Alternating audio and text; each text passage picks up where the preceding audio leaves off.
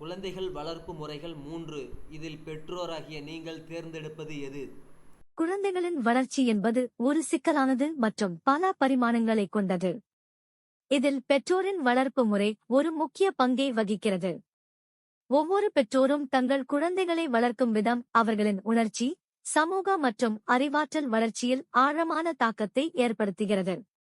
வெவ்வேறு வகையான வளர்ப்பு முறைகள் மற்றும் அவற்றின் விளைவுகளைப் பற்றி இந்த கட்டுரையில் காண்போம். பொதுவாக 3 முக்கிய வளர்ப்பு முறைகள் குறிப்பிடப்படுகின்றன: சர்வாதிகார வளர்ப்பு, அத்தாரிட்டேரியன், அதிகாரப்பூர்வ வளர்ப்பு, அத்தாரிட்டேட்டிவ், மற்றும் தாராளமய வளர்ப்பு, பெர்மிசிவ். சர்வாதிகார வளர்ப்பு. இந்த முறையில் பெற்றோர்கள் அதிக கட்டுப்பாட்டையும் குறைந்த ஆதரவையும் வெளிப்படுத்துகிறார்கள். அவர்கள் கடுமையான விதிகளை விதித்து, கேள்வி கேட்காமல் கீழ்ப்படிய வேண்டும் என்று எதிர்பார்க்கிறார்கள். மீறினால் தண்டனைகள் கடுமையாக இருக்கும். இந்த வளர்ப்பு முறையில் வளரும் குழந்தைகள் கீழ்ப்படுதலுடனும் ஒழுக்கத்துடனும் இருக்கலாம், ஆனால் அவர்கள் குறைந்த தன்னம்பிக்கை, சமூக திறன்கள் குறைபாடு மற்றும் அதிக கவலை கொண்டவர்களாக இருக்க வாய்ப்புள்ளது. தங்கள் கருத்துக்களை வெளிப்படுத்தவும் சொந்தமாக முடிவெடுக்கவும் அவர்கள் தயங்கலாம். அதிகாரப்பூர்வ வளர்ப்பு. இது ஒரு சமநிலையான அணுகுமுறை. பெற்றோர்கள் உறுதியான விதிகளை விதிப்பதோடு மட்டுமல்லாமல் தங்கள் குழந்தைகளின் தேவைகளையும் உணர்வுகளையும் மதிக்கிறார்கள். அவர்கள் நியாயமான காரணங்களுக்காக விதிகளை விளக்குகிறார்கள் மற்றும் குழந்தைகளின் கேள்விகளுக்கு பதிலளிக்கிறார்கள். இந்த வளர்ப்பு முறையில் வளரும் குழந்தைகள் அதிக தன்னம்பிக்கை, சிறந்த சமூக திறன்கள் மற்றும் நல்ல உணர்ச்சி கட்டுப்பாட்டை கொண்டிருக்க வாய்ப்புள்ளது. அவர்கள் சுதந்திரமாகவும் பொறுப்புடனும் செயல்பட கற்றுக்கொள்கிறார்கள். பெற்றோரின் அன்பும் வழிகாட்டுதலும் அவர்களுக்கு பாதுகாப்பான உணர்வை அளிக்கிறது. தாராளமய வளர்ப்பு. இந்த முறையில் பெற்றோர்கள் அதிக ஆதரவையும் குறைந்த கட்டுப்பாட்டையும் வெளிப்படுத்துகிறார்கள். அவர்கள் தங்கள் குழந்தைகளின் விருப்பங்களுக்கு அதிக முக்கியத்துவம் கொடுக்கிறார்கள் மற்றும் சில நேரங்களில் விதிகளை மீறவும் அனுமதிக்கிறார்கள். தண்டனைகள் அரிதாகவே இருக்கும். இந்த வளர்ப்பு முறையில் வளரும் குழந்தைகள் அதிக சுதந்திரமாகவும் படைப்பாற்றல் மிக்கவர்களாகவும் இருக்கலாம், ஆனால் அவர்கள் குறைந்த சுய கட்டுப்பாடு, பொறுப்பற்ற நடத்தை மற்றும் சமூக எல்லைகளை புரிந்து கொள்வதில் சிரமம் கொண்டிருக்க வாய்ப்புள்ளது.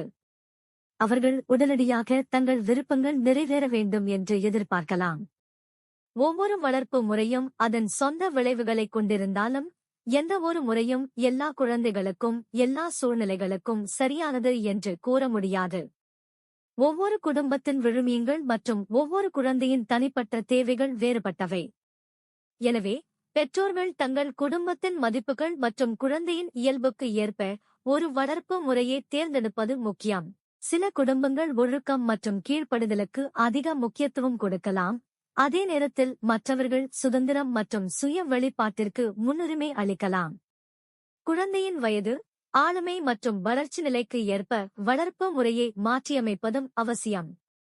உதாரணமாக, ஒரு சிறு குழந்தைக்கு அதிக வழிகாட்டுதலும் கட்டுப்பாடும் தேவைப்படலாம், அதே நேரத்தில் ஒரு வளர் இளம் பருவத்தினர் அதிக சுதந்திரத்தையும் நம்பிக்கையையும் எதிர்பார்க்கலாம். பெற்றோர்கள் ஒருவருக்கொருவர் கலந்து ஆலோசித்து, ஒருமித்த கருத்துடன் வளர்ப்பு முறையை பின்பற்றுவது குழந்தைகளின் சீரான வளர்ச்சிக்கு உதவும். நிலையான அன்பும் ஆதரவும் தெளிவான எல்லைகளும் எந்தவொரு வெற்றிகரமான வளர்ப்பு முறையின் முக்கிய கூறுகளாகும். குழந்தைகளின் உணர்வுகளை மதிப்பது, அவர்களின் கேள்விகளுக்கு பொறுமையாக பதிலளிப்பது மற்றும் அவர்களின் முயற்சிகளை ஊக்குவிப்பது அவர்களின் தன்னம்பிக்கையை வளர்க்கும். முடிவாக, குழந்தைகளின் வளர்ச்சிக்கு உகந்த ஒரு வளர்ப்பு முறையை கண்டறிவது பெற்றோரின் முக்கியமான பொறுப்பாகும்.